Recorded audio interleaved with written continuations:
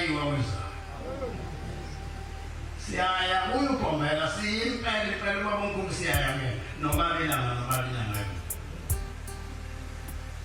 ukuthi kanti sekwenze njani manje yini uma uke waqala ukuthi ukholeka kunomuntu usuyinyuki siyolile lento ngoba kukhona munye owenza lo msebenzi usuwenziwa kuwo umuntu onamandla okuhlulela umuntu angithethi njalo ngizolele izifundo munye Jakobe verse 12 munye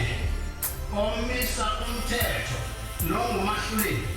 uye onamandla okusindisa nokubhubhisa ungubani-ke wena manje osimehlulela omnyama ukamlapho wena uyasehlulela phela manje wena ukholwe kakhulu unganokuthi utshele leyo nto ngoba munye wenza leyo nto futhi uyathethelela afani nathi ngoba akuthethelelwana la kuyahlulela kuyazondwana angazi ukuthi amabhola akwenze njani